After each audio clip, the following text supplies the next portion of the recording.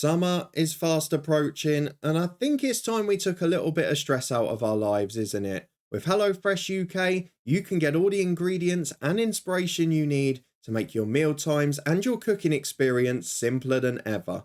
HelloFresh provides a number of recipes and meals to make your life as easy as possible and also caters to a wide range of different dietary requirements. Use my special discount to get 50% off your first order plus 35% off the next three and 3 free gifts as well. What more could you ask for? Check out the discount link or the checkout code down in the description below.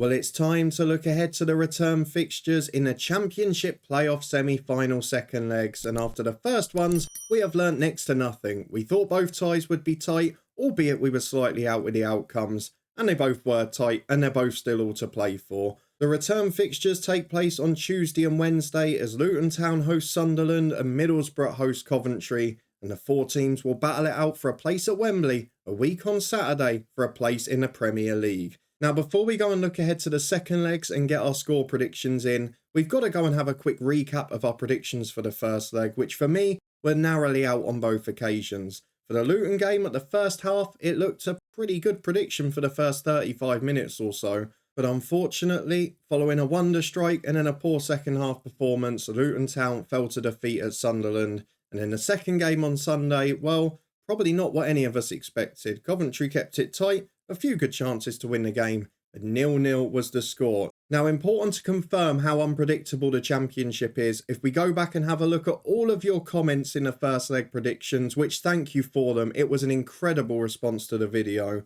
Not one person predicted Coventry 0, Middlesbrough 0, and I don't blame you either. However, the closest we got to perfect was one of our regulars, W&G fan, 4 points out of 6, correctly predicted a 2-1 Sunderland win, and had a 1-1 draw at the Championship's favourite scoreline for Coventry versus Middlesbrough. So 2 correct outcomes, one of them a perfect score. You wiped the floor with all of us. Well done to you. And well done to many of you who got one prediction right as well. Your support for the video and all of your comments were greatly appreciated. But we've got to do it all again now. It is time for the second leg of the semi-finals. And we start on Tuesday night. The game I will be attending at Kenilworth Road. It is Luton Town versus Sunderland. Now, if we look back at what we said in the first leg predictions a few days ago, we said whoever wins at home will get through because these are the 2 sides in that top 11 that had a better away record than a home one this year. And Luton Town showed that for the first 35 minutes. They were brilliant largely from the first half, started well, got on top and were the better side. I don't think anyone would argue with that. For 35 minutes, Luton looked very good. Amad Diallo then put in an absolutely brilliant goal just before the break. And in the second half, it was all Sunderland. And in the end, Luton probably did well to stop the momentum and keep it at 2-1 because otherwise it could have been an unassailable lead. But for Sunderland, a side that haven't traditionally been brilliant at home this season, they will value that result massively. And there's a problem now for Luton Town, which I hate to say as a fan, of course. You can see the badge up there. But what I'm going to see on Tuesday night is Luton Town have to chase a game against the worst possible side to do so at home. Because Sunderland are the masters of the counter-attack. They're brilliant on the break. They've got quick players, and probably not having that natural striker due to injury may actually even benefit them this time. Because it is just pace, it is just exuberance, and it is youth on the counter. And it's something Luton have at times been vulnerable to this season. Not least in the last half an hour against Sunderland, where perhaps they could have ended up losing at home earlier in the season. The other issue, and it's something we were discussing earlier on in a live stream, is that Luton Town are a team who generally don't struggle in the second half of games. But in all of the Sunderland games this season, they have been pegged back. So the second half of the home game really struggled and probably should have lost. Second half of the away game, okay, it was a very soft penalty and it shouldn't have been given, but Sunderland came back into the game late on. And the second half of the first leg on Saturday was very much a dominant display by the home side after Luton had been the better for most of the first half. So it is something that is a bit of a worry for Luton. And it's something that I feel is going to shape my prediction here. Luton have to score an early goal. We know that Sunderland have got a makeshift defence. A lot's made about the striking situation with Ross Stewart out, but I'm not worried about that for this tie. It's all about Sunderland's defence. Luton are going to be a bit more direct. We'll probably see us go a little closer to the Nathan Jones style maybe than what it's evolved into under Rob Edwards. Get the ball wide quickly and flood the box with crosses. It's a narrower pitch at Kenilworth Road, it's a tighter atmosphere, and we did say maybe it being under the lights will make a difference between the two legs. 8 o'clock kickoff. Luton have a very good record at Kenilworth Road in a midweek fixture, and I hope that might have a crucial impact here. You've got Morris and Adebayo, you've got supporting midfield runners. They will be making sure they pepper the box with crosses. And if Luton take one of them early, they've got a great chance in this.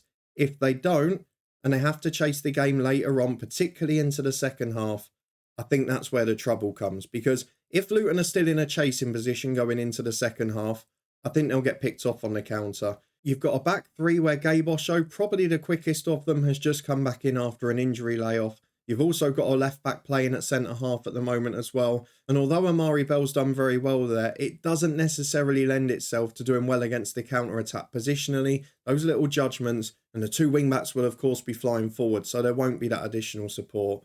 It is my main worry looking ahead for this. Of course, the first leg, there were big decisions, there were big things, but I think they all evened out. Gelhardt probably in a VAR game may have seen a red for his elbow. Nakamba was incredibly lucky on the Luton side not to get a second yellow. But ultimately, the result was fair over the game, and we come into the match at Kenilworth Road not really knowing who's going to go through. For me, I think Sunderland are slight favourites now because I wouldn't bank on them losing away from home. And although some of these statistics were dominated by the Nathan Jones part at the start of the season, Luton Town's problem at home this season, the Achilles heel, too many draws, 9 out of 23.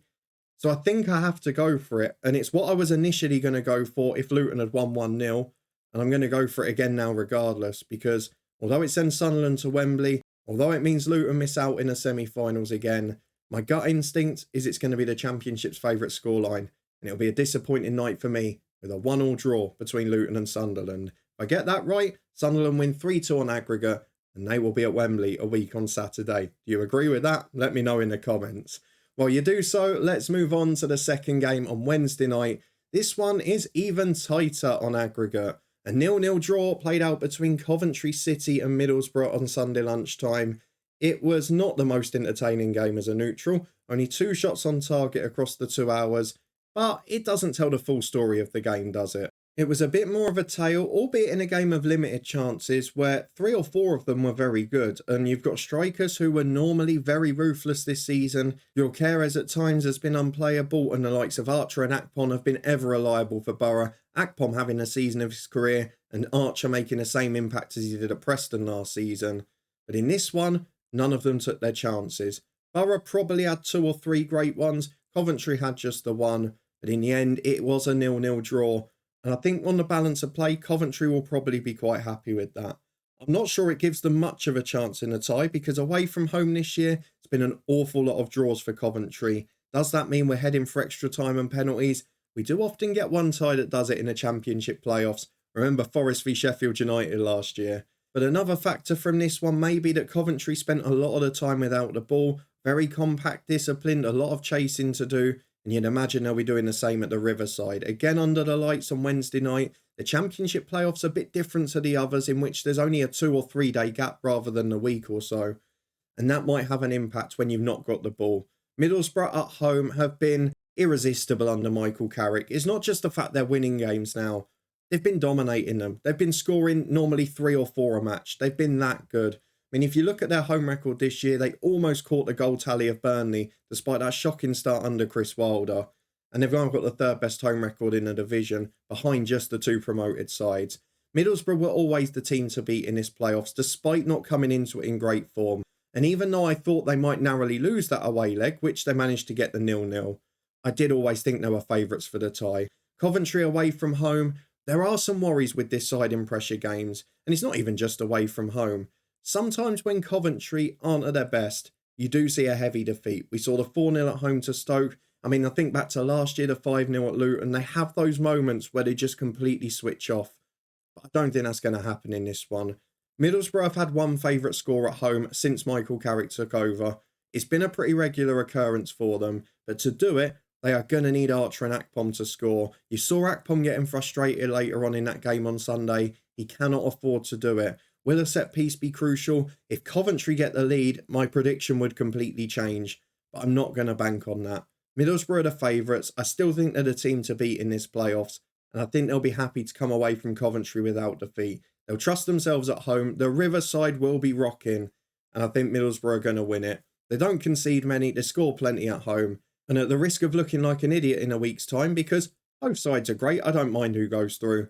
I'm going to go for a comfortable Middlesbrough win, and by their usual favourite scoreline under Carrick of 3-1. Coventry fans, I'm sorry, I love to see you at Wembley.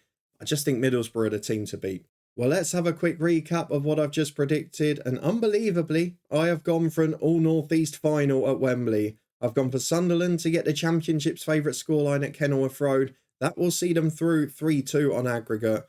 And for Middlesbrough, well, I'm going for a 3-1 home win to give them a 3-1 aggregate win against Coventry City. From a neutral point of view, I'm sure it will be brilliant to see 4 wonderful managers go head-to-head. Lots of good players, lots of action on show, and I'm sure there'll be a bit of tension. Let's hope at the Luton game I get to see something different to what I've predicted. I'm sure the Sunderland fans will disagree with that. Let me know what you think down in the comments. Will Sunderland make it back-to-back promotions to get back to the Premier League the same way they went down from it? Or will it be one of the other three? Are Borough still the team to beat? Can Luton turn it around at home? Or will Sunderland's away form still reign strong? Let me know your thoughts. Let me know your score predictions. Who's going to Wembley in a week and a half's time? If you did enjoy the episode, please do chuck a thumbs up on it. Keep your eyes peeled, subscribe and turn that notification bell on, because we got the second leg predictions coming from League 1 and League 2 later in the week. There'll also be clips from non-league finals day at Wembley next Sunday. And we might see something from the Luton game, depending on what sort of mood I'm in. But thank you very much for watching as always, and for your incredible support with the videos over the last week. A massive shout out to our brand partners HelloFresh and NordVPN as well. Those sorts of things do keep the channel going. Links to them in the description below. All the other stuff you might need up in the eye above. And I'll see you back here in a couple of days' time as we turn our focus to League 1.